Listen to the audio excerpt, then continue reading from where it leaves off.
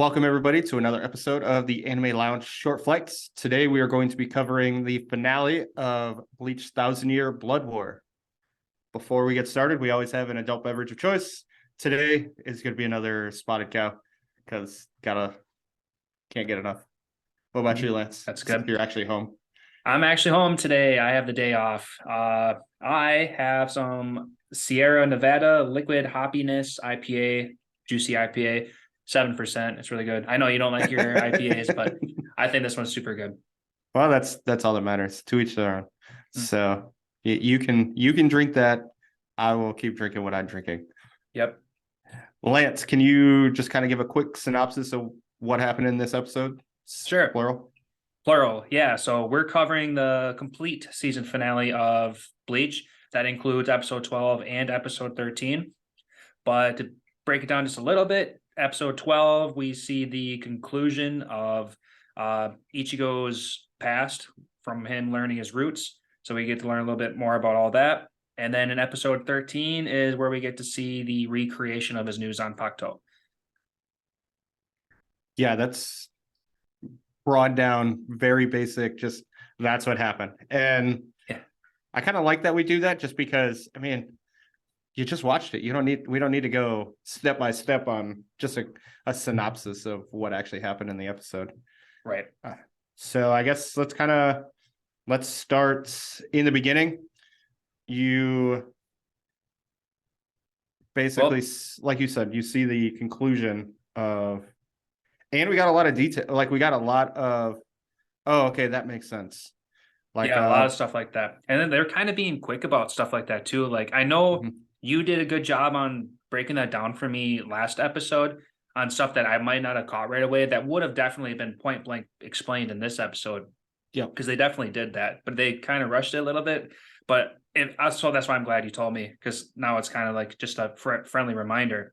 Yep. But in the beginning of episode 12, we see that a hollow hole inside of Masaki, Ichigo's mom, is starting to form, and Urahara is able to help. Fucking Kisuke, just like, oh hey, I got a fix for this. I've been doing this for 100 years, and just wait, what? 100 years? Like you can't be that old. Yeah, he does look I don't know, maybe he's late 20s or something, but yep. Yeah, he's been experimenting and studying this crap for over 100 years. That's pretty crazy. So that gives us a kind of timeline about when, if you remember from Bleach, when Aizen holifies the other Soul Reapers, the captains and then the lieutenants. It's probably been close to 100 years since that event happened. And when Kisuke kind of got banished to the human world. Right. Kind of explains why he got kicked out, and it's probably his, I don't want to call it an obsession, but like he has a new goal, because like that's why he got kicked out, and that's why he found purpose and stuff that he wants to fix or understand. Oh, I think he's very demented, and that's just his enjoyment is kind of pushing the boundaries on the soul and the life of an individual. But you also see why Ishin didn't have his Soul Reaper powers, and then you also get explained why he did get his Soul Reaper powers. I thought that was really clever. Yeah, because when I was rewatching this, or not rewatching, when I was watching this episode, and they explained that Ichigo's dad. Oh crap! Ishin. What did you just say? Ishin? Ishin, Ishin. Oh, I wrote down Shiba. Ichigo's dad? I think that's his last name. Oh, no, because Kurosaki is... Kurosaki. Well, Kurosaki was like Ichigo's mom's last name for whatever reason. Yes, so that's one thing I want to talk about in the last episode is it's kind of funny that if that's the case, then they took the mother's last name instead of Ichigo's dad. I think it was a way to kind of hide, like Ishin kind of hide from anybody kind of trying to go after him. Okay, that would make sense too. But what'd you call him? I just call him Shiba. That's what they called him in the anime. Ishin, Ishin. Ishin. Okay. Yep. Oh crap! What was I even getting about? Well, you find out he loses his Soul Reaper powers Oh yeah, yeah. to save um Masaki's Masaki. life. Yep. Yeah. Okay. So like, I'm glad they were talking about all that stuff because yeah, that episode is 100% about why he lost his powers to begin with, and then you see him like in the present day in a Soul Reaper outfit and Soul Society uniform, talking to Yep. Ichigo. I was like, wait, wait, wait. So if he lost his power to save Masaki, then why is he able to do everything now? And that's what because that Gi guy ended up breaking somehow that little So human Ichigo's thing in a box, power was greater than Ishin's power, so the Gigai became useless. and that was 100% containing The all his holification. all of his holification. Okay, Mhm. and then does that have did that Gi guy have anything to do with Masaki? Then, like, because she's dead, it doesn't matter anyway, or what was the deal with that? No, it's so Kisuke makes mention that even after her death, he's gonna have to stay in this Gigai. So that Gigai was just meant to hold. Well, sorry, Ishin um gets told that the holification would essentially get passed down to all her descendants, and that he would have to give up his abilities to protect all of the descendants. But Ichigo, being stronger than Ishin, was able to basically destroy the bond that bound his soul to that Gigai. Okay, that makes more sense. And then because that Gi guy was broken, it allowed his energy to come back. And okay, Yep. So one thing I interesting didn't enough. I didn't remember or realize, he couldn't see Hollow. Like, he knew all about this stuff, couldn't see him, couldn't do anything about it. Because he gave up his powers. Mm-hmm. Yeah, yeah. I guess I didn't think about that either. Because if Yep. we knew that he has all this memory and all that fun stuff from his past, and Mm-hmm. then he goes to the human world as a human because he gave up all his powers. Yeah, I guess we didn't realize he's just another human. So Yep. it's pretty interesting. Yeah. Speaking So of staying on this vein of his dad, I thought it was pretty cool that he had a Getsugaten show. yep. So like father like son kind of thing, same moves. Yeah. I wonder if that does get passed down. Like, an ability could get passed down, or because I feel like the Zanpato is a part of their soul. So I'm wondering Yeah. if their children would get a remnants of their power. Oh, sorry, my cat wants to say hi. But yeah, So that would make sense because we. I mean, that's kind of jumping into episode 13. I don't want to talk about too much right now, but it's remnants and stuff like that definitely plays a role because we learned from episode 13 that Hyuhabak is inside his Zanpakuto. So yep. Yeah, so that'd be interesting. I did enjoy you got to watch Ichigo's mother and father kind of grow their bond. Like, they didn't just kind of gloss over it, be like, oh, well, now they're bound together, so they're gonna love each other. It's like, I mean, they don't have to. they don't have to, yeah. But yeah, they oh excuse me. But yeah, they learn to love each other basically. Yep. And then just the whole, I mean, it's really nice just to kind of get that softer side of, these anime episodes are super dark and gory, and then it's like you get Ishin talking about Masaki and calling her, his son. And it was just really nice to see that an aspect of it, not just all fighting, all gore, all. Right. Bring a little bit of human into all Yep. this stuff. Yep. So I don't know how much more then we can talk about episode. How much more you got on 12? the Kind of out of my only notes. other thing I want to talk about is how or why Masaki actually died. You find out that because, remember, Oh, Ichigo yep. essentially was blaming himself his entire life that his mother died. That's right. Yeah, we learned that she lost her Quincy powers because Hugh Habak just took them from her Yep. because he just can decide who has powers and who hasn't, what throughout the bloodlines, and he took hers away at the worst timing, and she ended up dying because of it. That's pretty crazy. Yep. And I also think that will play into his desire to want to kill Yuhabak because, I mean, his mom was his world. So finding out that the only reason she died was because of him is kind of dramatic. It's kind of life altering almost. Yep, definitely. Because, yeah, like you said, he took away one of his loved ones, and he didn't have to. Yep. So So he's then, like, want to go kill Grandpa. yep. Or whatever lineage great you want to Oh, call it's it. gonna be a lot of greats, but 1,000 years previously great. Yes. yeah.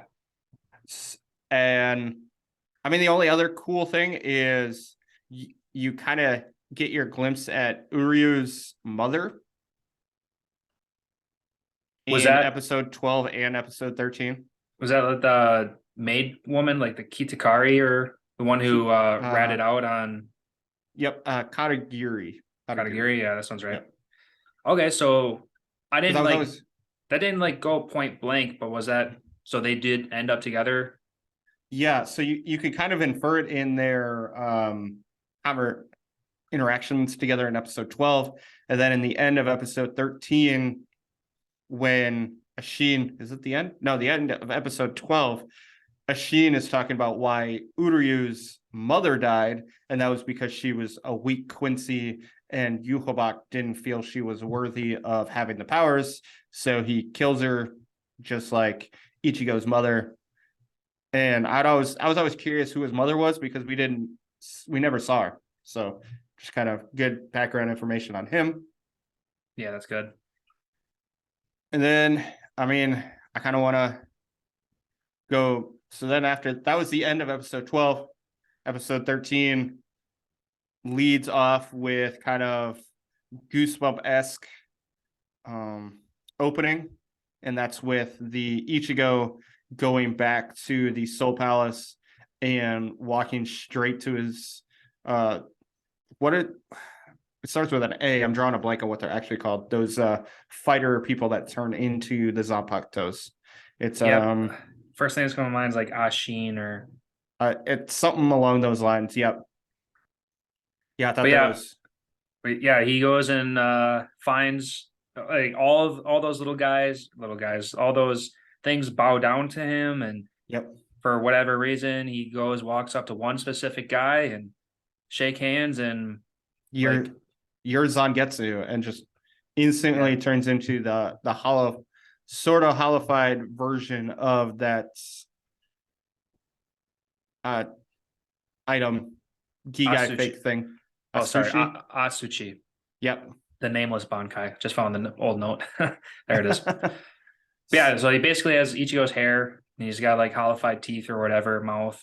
So that was pretty cool. Very first thought before they even went into, well, that was probably before they went into flashbacks about Zangetsu. But very first thought was the white Ichigo from very early Bleach, and then we get to get that reminder that that white Bleach inside his head or inside his sword was the hollified Bleach or hollified Ichigo, like fighting within himself or whatever. So it just reminded me a lot of that one.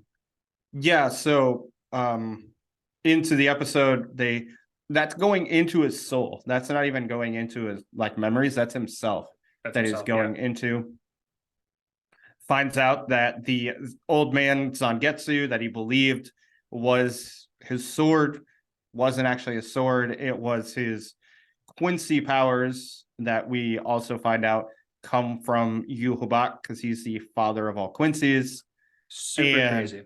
Yeah, it's just like, oh god, like mind blown kind of stuff. Bits and pieces of me were thinking about that, and like I didn't like think too hard or want to jump on that kind of a conclusion. Yep. But yeah, as soon as they said that, I'm like, you know what? They did look very much alike. And I did think about them. Like it's been a while since we saw his sword talking to Zangetsu talking to him. That being said, I was just about to go off. Yurorichi, that Thundercat girl. Yurichi? Yeah. Anyway, yeah. She's got a hard name. She hasn't made an appearance. I don't remember her dying or anything, did she? She's not dead. Nope. Okay. So, damn, 13 episodes go by and we can't see Yoruichi. There I'm you just go. That's surprised what we it didn't is. see her. Okay, sorry. So yeah, so Hugh Hubach's old self from like what was it, 200 years ago? I just wrote many years ago. You talk about old man. Dangetsu. So that is Yuhubak, not really from any age, but it's just because Yuhubak's blood is in Ichigo. It's essentially fighting Ichigo to stop being a Soul Reaper. He chose to be a Soul Reaper anyways, and it kind of seems like that fatherly thing where it's like, even though you're doing what I don't want you to do, it's your path, it's your destiny. Do what you want. I'm going to be proud of you. Esque kind of Right. thing. And that's kind of what I took that as, where it was like old man Zangetsu was willing to give up his Quincy self to allow Ichigo to be who he wanted to be. Right. And And yeah, maybe like overall, Soul Reaper is kind of like going to be the master title. But what I would yep, like to see is him just taking ownership of all of these abilities and like making his own. Of course, he's going to be making his own path. yep. But at the same time, I guess he's going to be under the Soul Reaper title So, or some sort. so what you can infer just from watching, because he has two Zanpakuto, remember? So Yep. because he has his Quincy self and his Soul Reaper self, I took that as he's going to have a Quincy-esque ability while being a Soul Reaper. He's going to be able to use the best, in his mind, best of all three worlds because he has his holification as well. Yep. So he's going to be able to use everything that he's gotten in order to fight anybody. Yuhabak specifically, though. Yeah, and I can't wait to see how they're gonna. Of course, I can imagine one fine. Oop, I don't know if you heard that one or not. Computer notification. I would like to. I can't wait to see an actual moment in the end where all three powers do come together. And now that we have his two new swords, which threw me through a loop, I was not expecting two swords. Also, if you ever watch the opening credits, it's at the very end. Yep. I saw that and I'm like, okay, I think that's how it's going to look. But I mean, Yep. I guess I was only paying attention to that one sword that had like that gap in the middle and it kind of, I don't know. Yeah, But if you watch him, I didn't notice he had two. if you're watching him walk, you can see him walk with two swords. Okay. That makes more sense. I mean, yep. We kind of saw it coming, I guess, but I'm just picturing in my head, I forgot what you call them, but his complete holified body holding maybe two swords with like Quincy energy coming off it or something like that. Oh, you're talking about his Vaso Lourdes self. I don't think that's going to happen. I think it's going to be his mask, and then being able to at least his mask. I need to see his face again. Maybe with like one horn. That would be cool. That like would be really cool. I do miss his old school regular Bankai / holification thing going on. Yep. That was fun. But yeah, but at the same time, his full powered Holo 5 was just pretty cool too. So yep. So looking forward to seeing all that. But just to kind of get back into this episode, it'll be really good. Can't wait. This whole season finale was just kind of like, it was, especially as a Bleach fan, I don't want to call it like 9 out of 10 kind of thing. Like it was, I don't know how it could get better, and I don't think it could, but I can't give it a 10 because nothing can ever be a 10. Yeah. It's hard to find absolute perfection. But I mean, it was super good at everything. I mean, it was quite a bit of a info dump on stuff, but in a good way, because everything was just so mind blowing at times. Yep. Lots of great things.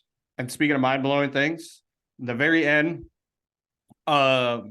episode 13, you see Uryu going and speaking to Yuhabak, which, I mean, from episode 11, you could kind of infer that was going to happen. Right.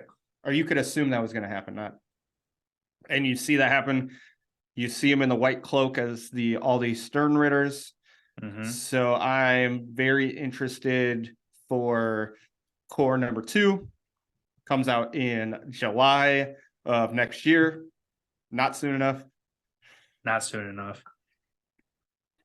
And that sucks. Especially what I noticed was episode 13 was called part 1. I mean, not the full title, but they said part 1. Yep. Which means that there's going to be a part 2, and then this is how they cut us off in this core is. So I took that as core part 1 finale. So core part 2 finale will be next. So that's how they're going to do it. Okay. Yeah. So they'll give us 13 episodes now, and then next year they'll give us like another 12 or 13. Yep. And then do you think that'll complete one core, or do you just think that's going to be a second core? I think so. I know there's going to be 4 core total, but I think it's 2 seasons split core. So it's going to be 13 episodes, break, 13 episodes, break, so on until they get through all. I think it's going to be 53 episodes. Okay. Yeah, that sounds about right then. So, but yeah, that's really all I got. Can't wait for July. It's a long time. It's gonna be 6 months away. Yep. Hopefully you can be drinking for those episodes again. Oh yeah. Come next July. Yeah, I'll be on. I'm looking at going back to first shift, so we can do some after work posts, and I can always drink with you then. Yeah, perfect. Always a great time. Do you have anything else though? I know this was a long episode. Thanks for everybody who finished watching all the way through. Yep, great covering episode. 2 episodes, so I have information to share. Yep. So thank you everybody again for watching our Anime Lounge Short Flights covering episode 12 and 13 of Bleach 1000 Year Blood War. Have a good one. Thanks. Later, guys.